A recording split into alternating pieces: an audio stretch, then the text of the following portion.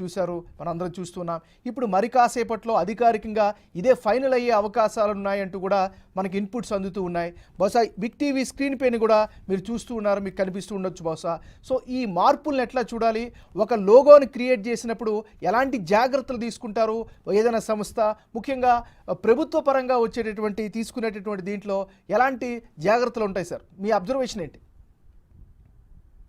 అంటే ఒక రాష్ట్రానికి ఒక ప్రభుత్వం చేస్తుంది, అది శాశ్వతంగా ఉండాల్సిన ఏ పైనైనా కూడా ఆలోచించి జాగ్రత్తగా చేయాలి.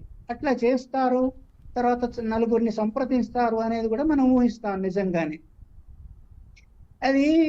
ఇది బాగుంది, అది బాగాలేదు అని అనడం కూడా కొంత రాజకీయాలు ఉంటాయండి దాంట్లో. అంటే రాజకీయ కార్టూనిస్ట్ గా నేను చెప్తున్నాను, కొంత రాజకీయాలు ఉంటాయి. కొత్త లోగో నేను చూశాను.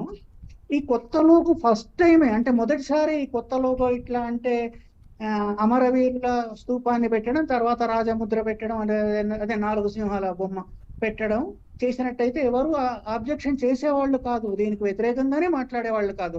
ఎందుకంటే అక్కడ అమరవీరుల జ్ఞాపకార్థం చేసిన ఇది ఉంది, తర్వాత రాజముద్ర ఉంది, తర్వాత 4 భాషలు రాశారు. ఇంగ్లీష్లో ఉంది, దాంట్లో తెలుగులో ఉంది, హిందీలో ఉంటుంది, ఉర్దూలో కూడా ఉంది. ఇక్కడ మనకు మిత్రులు ఉంటారు కదా ఉర్దూ మాట్లాడే వాళ్ళు, అన్నీ ఉన్నాయి. తర్వాత బతుకమ్మని రిప్రజెంట్ చేస్తూ ఒక పువ్వు కూడా ఉంది.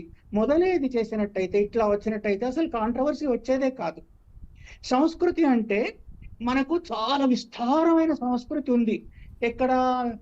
అక్కడెక్కడ శాతవాహనుల దగ్గర నుంచి ఉంది. అవన్నీ ప్రతిఫలించలేం కదా ఒక చిన్న లోగోలో. Correct sir, correct. కాబట్టి ఇప్పుడు ఉన్నది అంటే కొత్త రాజముద్ర కూడా చాలా బాగుంది. అది కూడా దాన్ని కొత్త లోగో కూడా చాలా బాగుంది. ముందే వచ్చినట్టయితే అసలు అబ్జెక్షన్ ఉండేది కాదు ఎవరికి. ఏదన్నా రాజకీయాలు చేయాలనుకుంటే ఇంకా వాళ్ళ ఇష్టం, మనం ఏం చేయగలం. చేసిన కళాకారులు కూడా చాలా పెద్దవారు, సీనియర్, ఆయన బాగా చేశారు. అంటే ఆయనతో నేను కలవలేదు కానీ ఆయన పేరు విన్నాను, బాగా చేశారు. ఆ లైనింగ్ కానీ, తర్వాత ధనధాన్యాలను చూపెడుతూ చుట్టూ 2 వైపులా కంకులు ఉన్నాయి కదా, వరి కంకులు పోలినటువంటి కంకులు పెట్టారు కదా సార్. వరి కంకులే అనుకుందా, ఎందుకంటే మన దగ్గర ఎక్కువ ప్యాడీ పండుతుంది కాబట్టి ఇక్కడ 2 రాష్ట్రాల్లోనూ ఒడ్లు పండుతాయి బాగా సమృద్ధిగా, కనుక అది కూడా రిప్రజెంట్ చేస్తుంది. అది లైన్ అదంతా బాగుంది. ట్రెడిషనల్ గా కూడా ఉంది, రౌండ్ గా చేయడం, అట్లా పెట్టడం ట్రెడిషనల్. ఇంకా స్క్వేర్ లాగాను మన పార్లమెంట్ కట్టారు కదా ఇట్లా ట్రయాంగిల్ షేప్ లో, అట్లా కాకుండా రౌండ్ గా ఉంది, ట్రెడిషనల్ గానే ఉంది. శ్రీధర్ గారు, తెలంగాణ అనగానే అంటే పార్టీలకు అతీతంగా, ప్రాంతాలకు అతీతంగా మనం మాట్లాడుకోవాల్సి వస్తే, తెలంగాణ అనగానే ఒక పోరాట స్ఫూర్తి అనేది ఈ గడ్డకి సంబంధించినటువంటి ఆయువు పట్టుగా మనం చెప్తాం. సో దాన్ని ప్రతిబింబించేగా ఉందా అని అనుకోవచ్చా?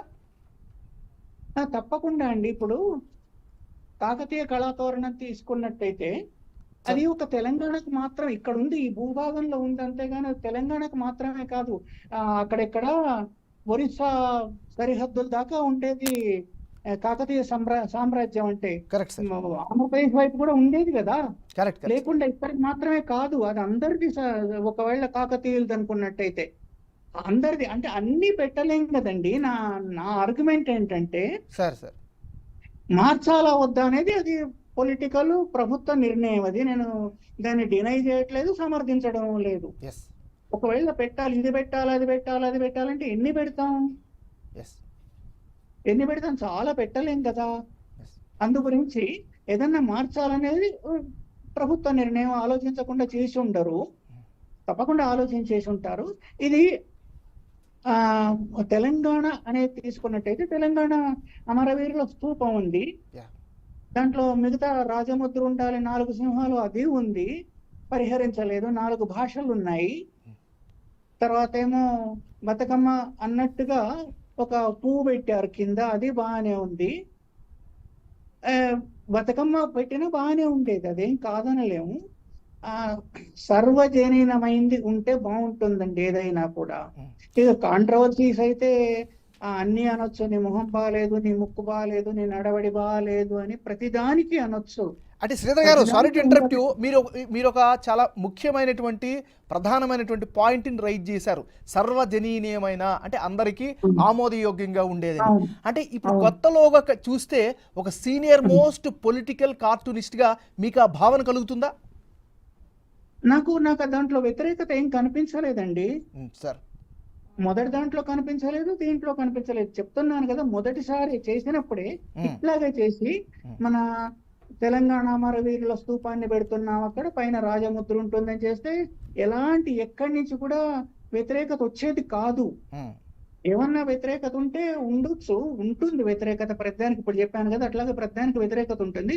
పొలిటికల్ గా కూడా కొంత ఉంటుంది. అయ్యో మేము చేయలేనిది వీళ్ళు చేశారు కదా అనే ఇది కూడా ఉంటుంది. సార్. ఎవరిని నేను సమర్థించట్లేదు, వ్యతిరేకించట్లేదు, కానీ బొమ్మ మాత్రం యాజ్ ఇట్ ఈజ్ గా దాంట్లో వంక పెట్టేది ఏమీ లేదు. ముందే ఇది చేసినట్టయితే దీన్నే ఆమోదించేవాళ్ళు తప్పకుండా.